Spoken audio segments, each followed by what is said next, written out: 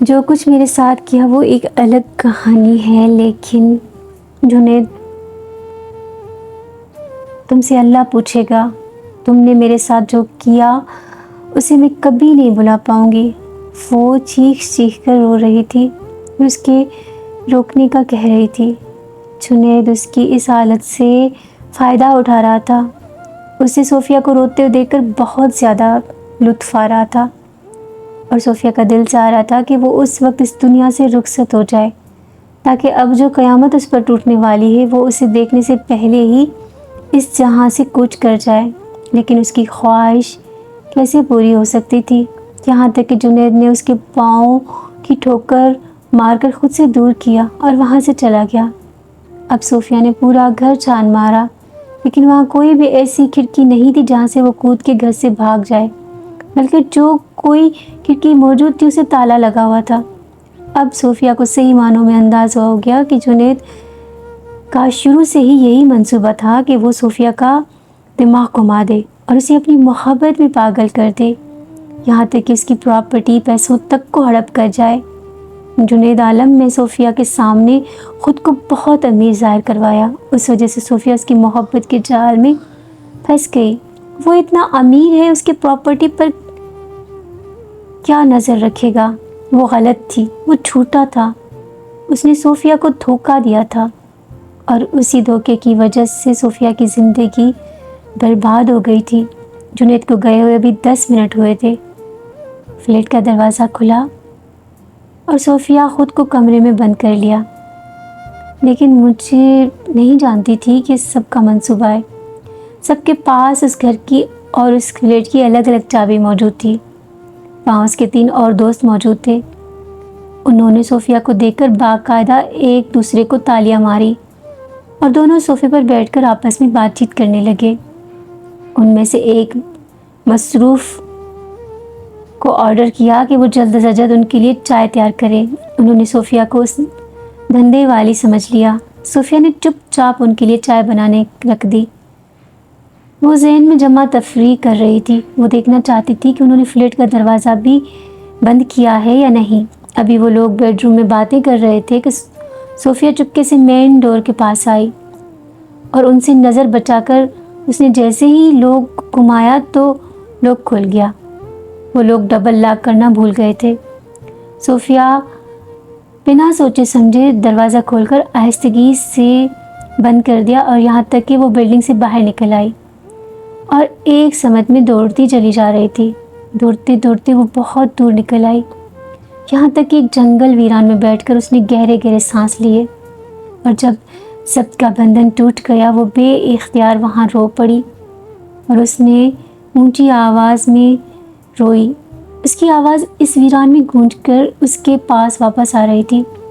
صبح کی روشنی پھیل چکی تھی، یعنی وہ پوری رات بھاگتی رہی۔ اس کے پاؤں زخمی ہو گئے اور جگہ جگہ کانٹے چبھے تھے، لیکن جو روح پر زخم ہو گئے تھے ان زخموں کی تکلیف کی وجہ سے وہ رو رہی تھی۔ وہ کبھی بھی گھر واپس نہیں جانا چاہتی تھی۔ اس کا دل چاہ رہا تھا کہ وہ خود کو ختم کر لے اور ہمیشہ ہمیشہ کے لیے اس تکلیف سے چھٹکارا حاصل کر لے۔ اس کے رونے میں کوئی کمی نہیں آئی، بلکہ جیسے جیسے وقت گزر رہا تھا اس کے رونے میں اضافہ ہو رہا تھا۔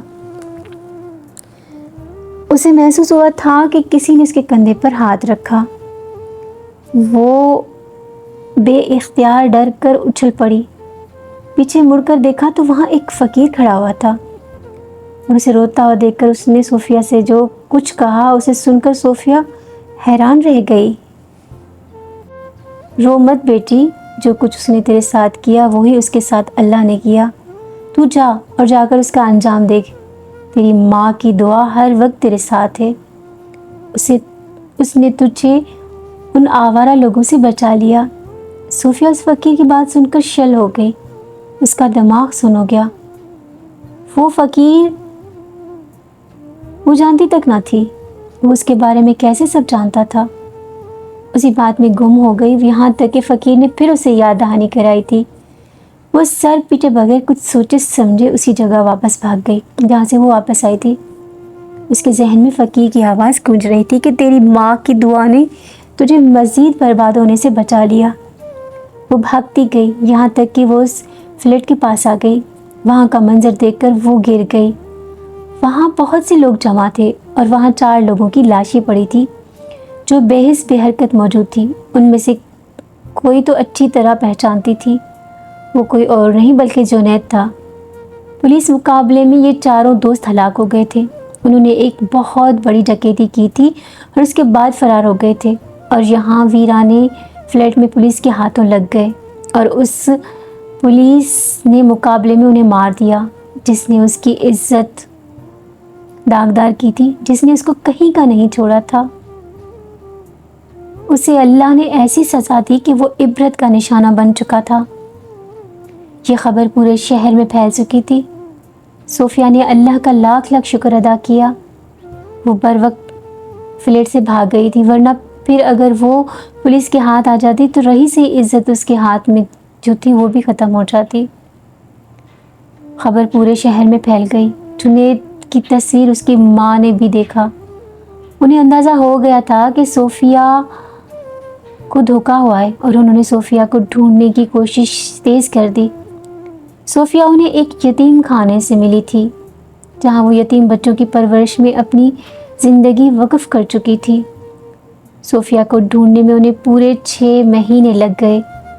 ان 6 مہینوں میں صوفیہ وہ نہیں رہی تھی جو 6 مہینے پہلے تھی۔ اس سے گھر سے نکلی تھی، وہ اسے منا کر گھر لے آئے۔ اس نے ان سب کے پاؤں پڑ کر معافی مانگ لی، اور اس کے بعد اس کی بیوہ پپو نے آگے بڑھ کر اس کا رشتہ اپنے بیٹے احمد کے لیے دے دیا، اور یوں اس نے گھر والوں کے فیصلے کے آگے سر جھکا لیا۔ ویسے بھی کبھی بھی سر اٹھانے کے قابل نہ رہی تھی۔ یہ اس کے گھر والوں کا ظرف تھا کہ انہوں نے معاف کر دیا۔ یوں وہ احمد کی دلہن بن کر غور سے گھر میں رہ رہی تھی۔ گھر والوں نے ذہنی طور پر جو اس کے ذہن میں اس پورے واقعے کے بعد خلا پیدا ہو گیا تھا دور کرنے کے لیے سائیکاٹرسٹ کی مدد بھی لی، اور یوں وہ دوبارہ زندگی کی طرف لوٹ آئی، لیکن اپنی زندگی کے اس پہلو کو کبھی نہ بھول سکتی تھی، بلکہ وہ اب جہاں بھی ڈیٹنگ کرتی ایک ہی بات کہتی تھی کہ کبھی کسی مرد پر بھروسہ نہ کرنا، چاہے وہ سونے کا ہی کیوں نہ ہو، کیونکہ گھر کے مرد کے علاوہ تمام مردوں کو اگر درندے نہ بھی ہوں تو لڑکیوں کو درندہ ہی سمجھنا چاہیے، کیونکہ ذرا سا بھروسہ پوری زندگی برباد کر دیتا ہے۔ اس بات کو اس نوجوان لڑکیوں کے ذہنوں میں ڈالنا شروع کر دیا تاکہ وہ ان نوجوان لڑکوں کی گمراہی میں نہ آ سکیں جو بعد میں ان کی زندگی تباہ کر دیتے ہیں۔ اور اب صوفیہ کی زندگی کا مقصد بن گیا تھا، اور احمد نے اس کو اتنی محبت، اتنا ساتھ، اتنی عزت دی کہ اس کے سبھی زخم بھر گئے۔ لیکن خدا را جھوٹی محبت سے بچے، اپنی نہیں اپنے ماں باپ کی عزت کا خیال کرے۔ اللہ تعالیٰ سے دعا ہے کہ اللہ تعالیٰ نا سب بہن بیٹیوں کی عزتوں کی حفاظت کرے اور انہیں ایسے درندوں سے بچائے، اور اللہ ہم سب کو ہدایت دے۔ اپنے گھر کے مردوں کے علاوہ کوئی مرد سگا نہیں ہوتا، کبھی بھی سگا نہیں ہوتا، تو لفظ محبت کے لیے سب کچھ لٹا دیتی ہیں لڑکیاں، بھول جاتی ہیں کہ جن ماں باپ نے منتوں سے ہمیں مانگا، ہم پہ اپنی زندگی لٹا دی، انہی ماں باپ کو دھوکا دے کر وہ اس کے پیچھے جاتی ہیں، اور پھر وہی جو محبت کے دعوے کرتا ہے کیا حشر کرتا ہے ان کا۔ یہ روز کی کہانی ہے، لیکن پھر بھی پتہ نہیں کیوں اس سوشل میڈیا نے محبت کے نام پر زندگیاں برباد کر دی ہیں۔ اللہ تعالیٰ سب کو اپنی حفاظت میں رکھے، اور سب کو برے اور ایسے جنید جیسے بے غیرت لوگوں سے بچائے۔ یہ ایک سچا واقعہ ہے، امید کرتی ہوں آپ سب کو ضرور پسند آئے گا۔ پسند آئے تو اپنی رائے کا اظہار ضرور کیجیے گا۔ ملتے ہیں نیکسٹ ویڈیو میں، تب تک کے لیے اللہ حافظ۔